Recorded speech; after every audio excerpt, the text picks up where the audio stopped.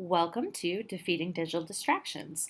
So, my name is Miss Johnson, and my fellow colleague, Mr. Hanson, will actually be doing a session on data privacy and some other topics a little later in the semester.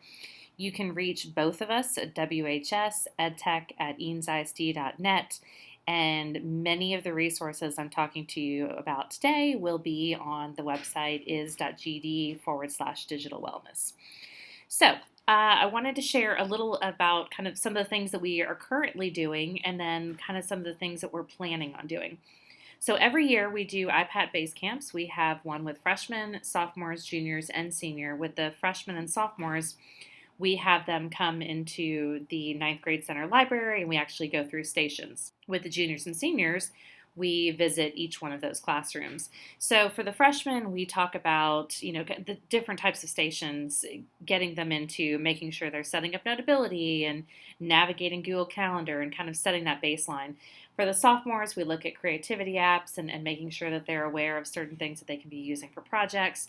For juniors, we talk to them about social media and portfolios. And then with seniors, we do a session where they just kind of use Google Takeout and understand how they can kind of take any of the digital content that they want to take with them, whether it be essays or anything like that, and just kind of start transferring information. So, with our freshmen, we also meet again with them and on PSAT day, and we do rotations and we talk to them about managing digital distractions and their digital footprint and data privacy and time management and all of those sort of things. We also collect data and insights and feedback from students every year, and you're going to get to see that data in just a moment. We're doing a cell phone challenge that's coming up, and I'll talk to you about that in a moment as well. We'll also be doing a mood and mindfulness week, most likely next semester. We've done both the cell phone challenge and the mood and mindfulness week the previous year and got a lot of really good feedback on that. Also wanted to mention the time management forums. You'll see those later in the presentation, and the parent webinars that we have available for you, as well as the digital wellness night that we did last semester, which we're looking at doing again. So I was mentioning to you the data. And every year we do pretty much the same survey, and so you can kind of see that data over the years, 2017, 2018, 2019, and so forth. What's really interesting, so you can see what apps or online sites are most distracting to you. What's really interesting about this is you'll notice, and actually this past year we did it with our staff as well, so it's kind of interesting getting an adult perspective on this survey.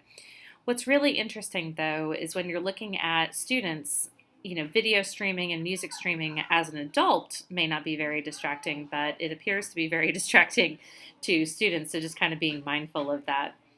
Some of the other data we collected is asking the question, what is your favorite way of communicating? And we also, you'll see that CSM 2018 National, that stands for Common Sense Media. Common Sense Media does a national survey, and we took some of their questions and embedded them into our survey so we could see how we compare to kind of the nation as a whole. What I thought was really interesting is you can see that our students, compared to kind of the students in the nation as a whole, prefer communicating in person, which I thought was really a testament to our students and the community. Other things, when do you check social media? This should not be surprising. Most people typically, by the time that they've woken up and typically, within a few minutes of going to bed. And we kind of have those conversations about as we go through the cell phone challenge week and what that means when you're picking up something in the very morning before, eating breakfast or really kind of coming into your own that day. And then what was really interesting too is you'll see on the very far right column, it says, I don't use any social media. So it's appearing like some of those numbers are starting to increase. The freshman was just freshmen, the 21%, and then the students in 2019 was basically sophomores, juniors, and seniors collectively. So I think that's kind of an interesting sort of trend we're starting to see. We also asked them, what are all the social media apps you use? Again, not surprising, Instagram, pretty high. Adults typically use Facebook, don't so much use Snapchat. And then Pinterest, you can see, and TikTok, which is kind of getting an uptick in the past years or so, past few years. How do you think social media impacts your mood? What was really insightful and good was many students were kind of in the middle, where, it's not really a problem for them. They don't find that, it makes them angry or it makes them like super happy. It's just kind of, a tool that they're using. So that was kind of interesting information. The last two pieces I think are really telling and something to be mindful of are how important is social media for keeping up with your friends. So when you ask our staff and our adults, only 17% of them said it was important for that regard, in kind of that regard. However, if you look at our students, that's almost doubled. And so it's really something to be mindful that sometimes when students are using social media, it is a tool for keeping up with their friends. Another thing that came out of this last piece is how important is social media for expressing yourself creatively. And again, you'll notice kind of a disparity. So with adults, only 4% felt like it was really important that they were expressing themselves creatively, whereas students 9% and freshmen actually 19%.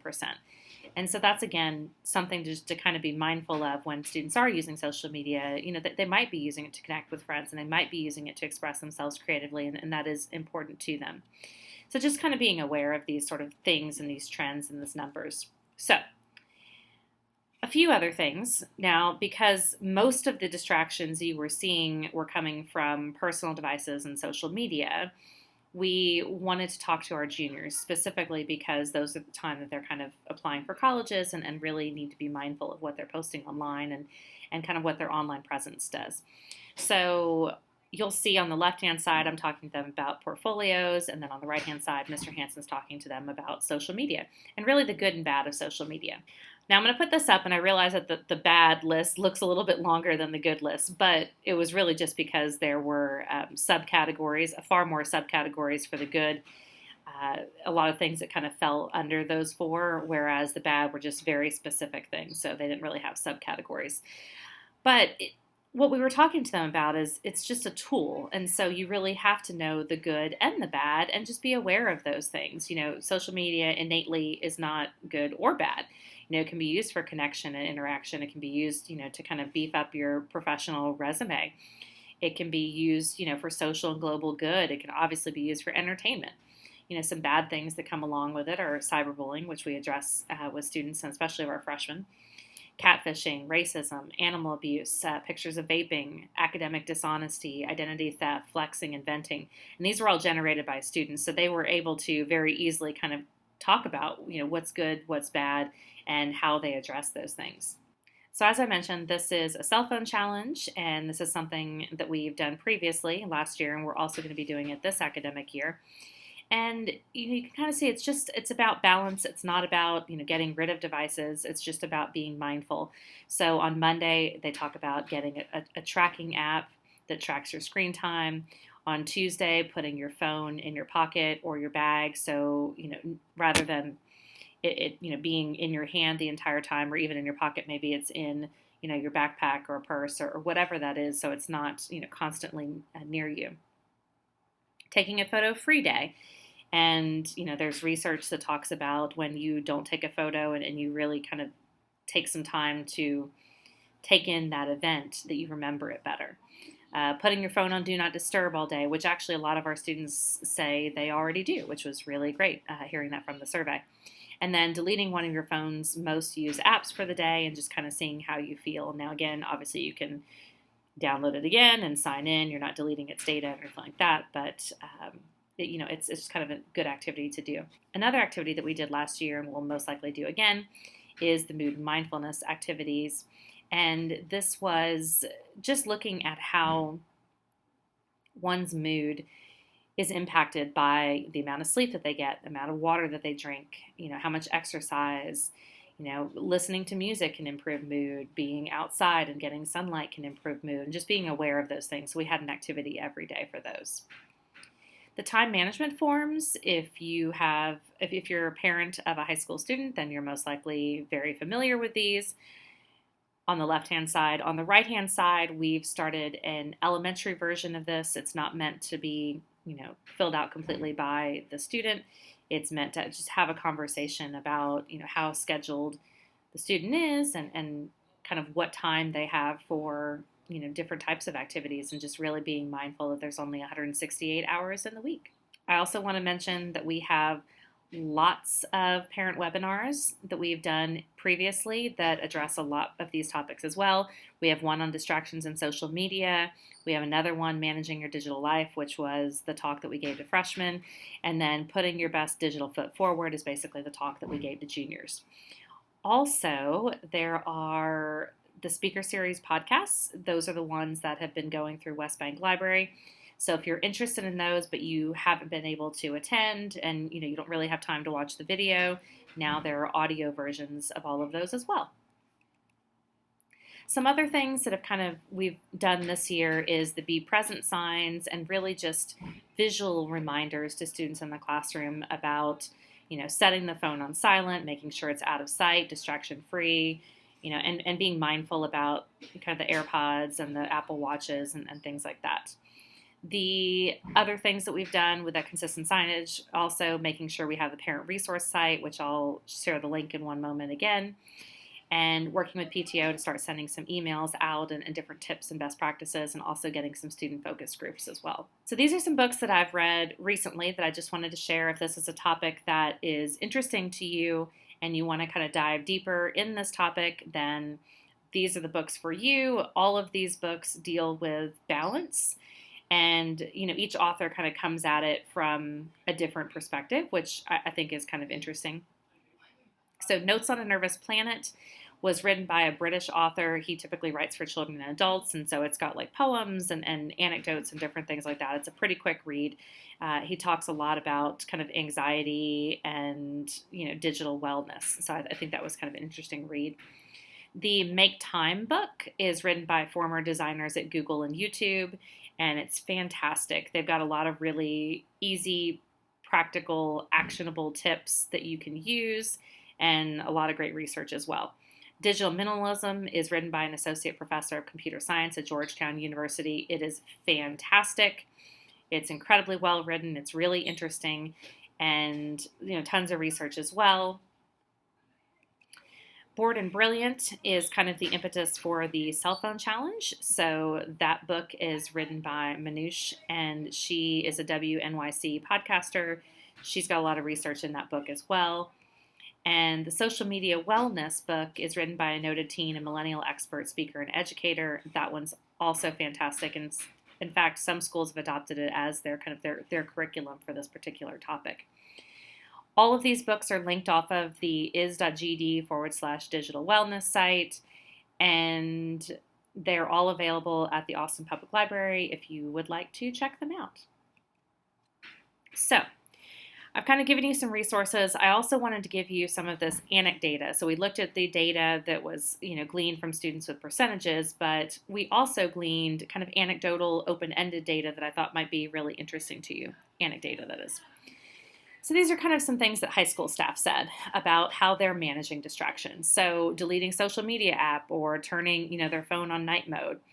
Time limits on social media. Apparently there's something called Flipped that makes the phone only a phone and blocks all of their apps for a designated time. Trading work time without the device to earn reward time with it. No work email on personal device. No notifications on. Put the phone in the trunk when driving. Limit notifications, put phone out of reach, move social media apps off main screen. I've done that. I've also taken email off of my phone, and I found both of those things were really helpful. Having a specific purpose with clear expectations when using technology. Keep the phone in the purse so I don't end up using it while I'm with my family. Setting alarms to monitor the limits. Turning off Wi-Fi connection, using apps that monitor screen time to help with awareness. What's interesting about this is there are different tactics and there are different sort of pathways that are going to work for some people and may not work for others. And so I think it's so important to have these conversations with your students and have these conversations in sort of a candid way. Like what works for you? What do you do to manage these things at work? What do you do to manage these distractions at school? Our middle school staff had a few other things to add. I try not to be on my phone when I lay down for bed. I also keep my phone silent at all times. Break time for social media, work 30 minutes, set timer, then have 5 to 10 minutes for own time. That's similar to like the Pomodoro method. Turning off push notifications and deleting apps that encourage frequent checking. So those apps that are kind of infinity pools, any social media apps specifically that, will constantly have, new content in them or updates or pings and things of that nature. And some people have said that they just, don't have any social media. So I think, again, just having these conversations and really modeling some of these strategies is really helpful. So now what did our high school students say? Interestingly enough, many different things. I'm not easily distracted, just putting it down. I have great self-control. I put my phone on airplane mode, turn off notifications, plug it in the same room my parents are in. Many of them said things like this. I put my phone and earbuds in the kitchen and work on homework in my room. So they have, all of those things are kind of out of their way visually. Put my phone in a drawer, turn off the phone, put it on Do Not Disturb, lay it face down. Or if they cannot be trusted, they will give their phone to their parents. Other things that high school students said were, I love my devices, but sometimes I take a break to read instead, or keeping a planner out and kind of reminds you what you need to do with those visuals. I set a rule that after 20 minutes of homework, I could look at my phone for 5 minutes, allowing yourself set amount of time for screens. And really, this one was really candid. When your grades fall, you'll learn to stay off your phone. So, really just kind of being mindful of the cause and effect and how much time you're spending. And speaking of time that you're spending, I wanted to alert you to screen time. This actually came out in iOS 12. Now it's available in iOS 13 as well. And it's a really great tool for a lot of reasons. You can kind of track how much time you spend on your device, whether it be personal or school device. You can look at how much time you spend in every category. You can set down times. So after 7 o'clock the device goes off. You don't have access to certain things, and then you can also set certain limits for particular categories of apps. We get this question a lot, so we did kind of an audit of our students. I guess this was last semester. And what we found was at the high school level, students were on average on their devices about 125 minutes per day. Now, some things to be aware of are this is going to change and fluctuate depending on the time of year, when in the 9 weeks, if there's a project that they're using it for, heavy research, things of that nature. Also, sometimes the device is on, but they're not using it. It might be sitting on the desk or something like that. So you have to be aware of how that kind of factors into it. And then also you might have one person have the device on in their group, but only one device, and then the other 3 are, taking notes in analog, or maybe, they've got a Sphero that they're working with, or a calculator, or all kinds of different things.